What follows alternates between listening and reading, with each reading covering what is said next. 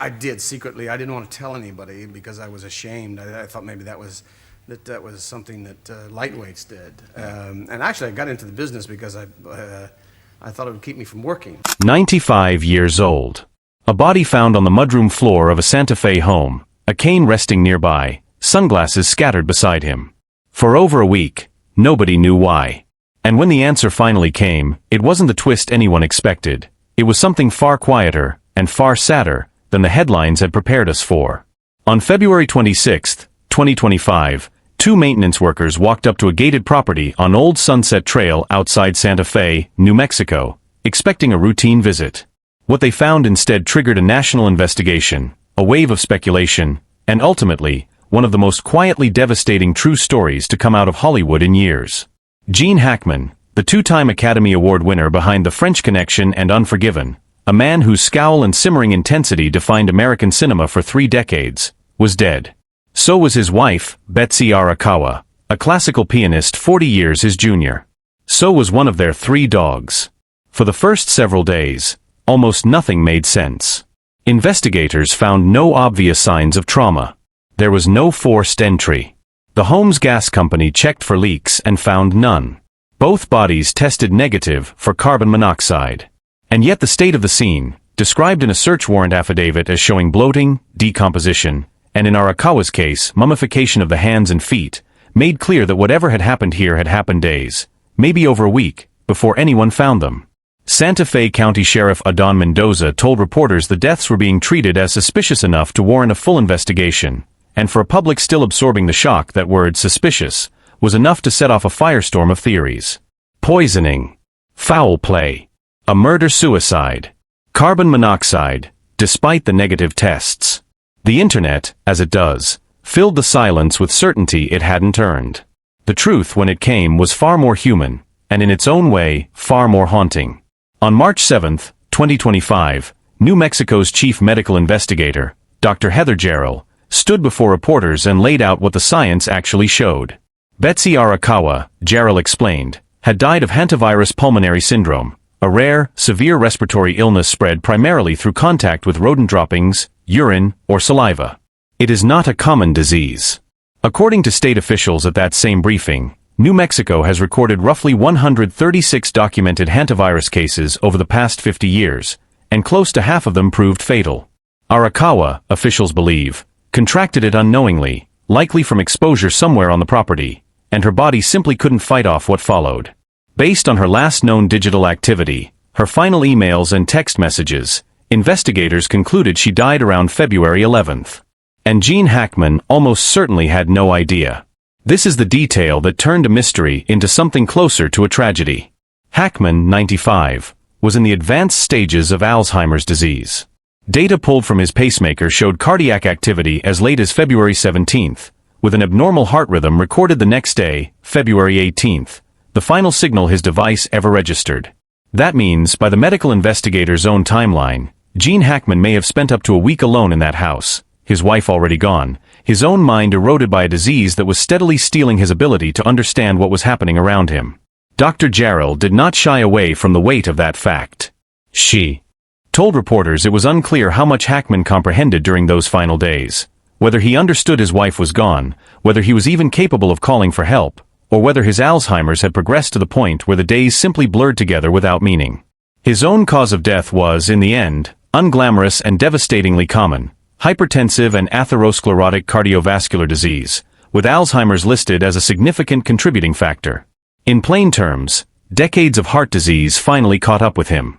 His full autopsy, released weeks later and reported on by outlets including Fox News Digital, painted a portrait of a body that had been fighting for years: a history of congestive heart failure, a biventricular pacemaker implanted back in April 2019, coronary artery stents, a bypass graft, a prior aortic valve replacement, and severe hypertensive changes to his kidneys.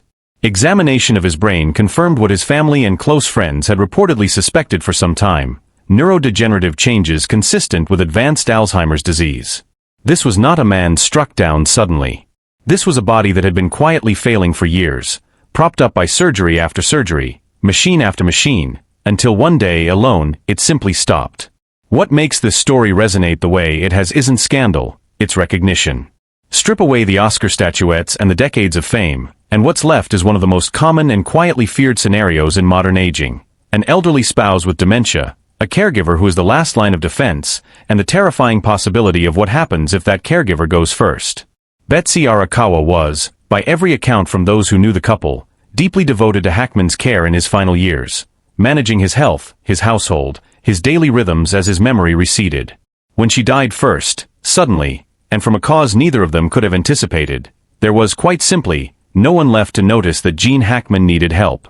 Adult Protective Services and elder care advocates have pointed to the case repeatedly since March 2025 as a stark illustration of a risk facing millions of families quietly managing dementia care at home, often without backup plans for the caregiver's own mortality. It's worth remembering who Gene Hackman was before all of this, not because it softens the ending, but because it makes the isolation of it harder to sit with. This was a man who spent over 3 decades as one of the most respected actors of his generation.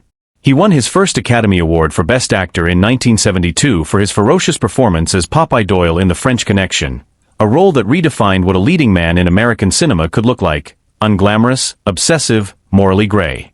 2 decades later, he won again, this time for Best Supporting Actor in Clint Eastwood's Unforgiven, playing a sheriff whose civility barely concealed something monstrous.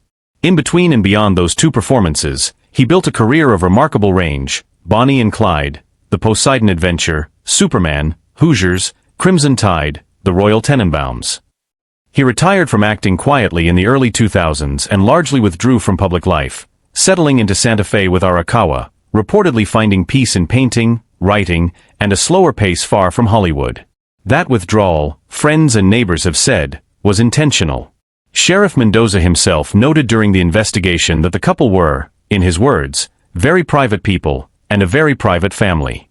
There were no surveillance cameras on the property. Few people outside their closest circle had regular contact with them in those final years. That privacy, once a choice, became something else entirely in the final days of Gene Hackman's life, a kind of accidental isolation that no one could see into until it was already over. There was no scandal here.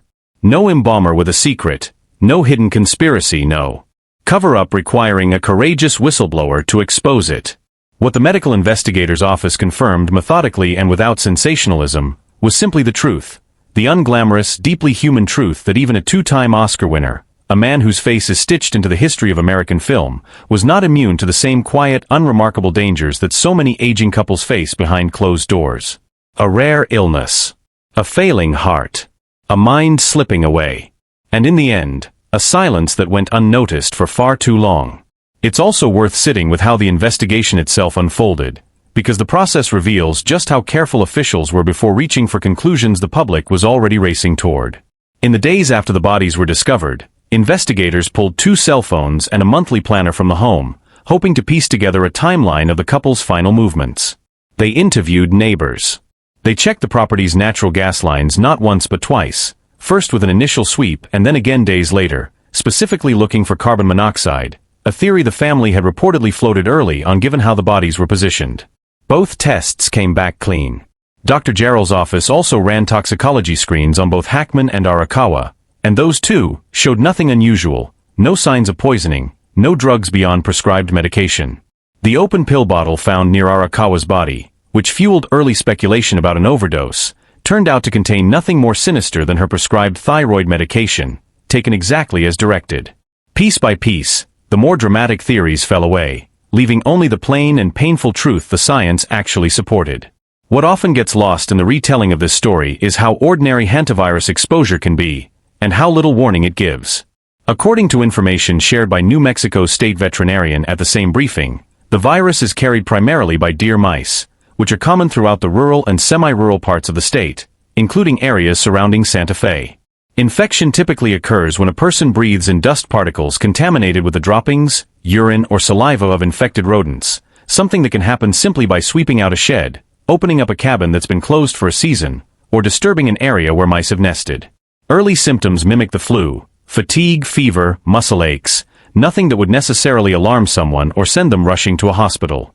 But the disease can progress rapidly, and once it reaches the lungs, the fatality rate is alarmingly high. It is entirely plausible that Betsy Arakawa felt unwell for a day or two, assumed she had a cold or seasonal flu, and had no reason to believe her life was in danger until it was already far too late to intervene.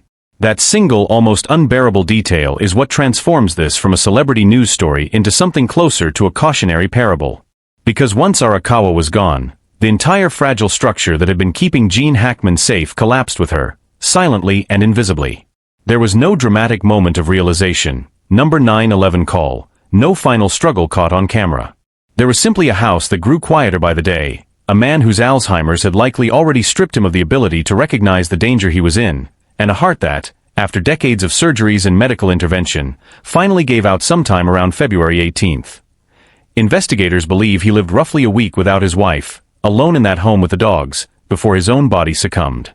Elder care specialists who spoke publicly in the aftermath of the case, including several quoted in coverage from outlets like CBS News and the Associated Press, pointed to the Hackman-Arakawa case as an extreme but instructive example of what caregiving advocates sometimes call the second patient problem. The reality that spouses and family members caring for someone with dementia are themselves at serious risk, and that families rarely plan for what happens if the caregiver becomes incapacitated or dies first.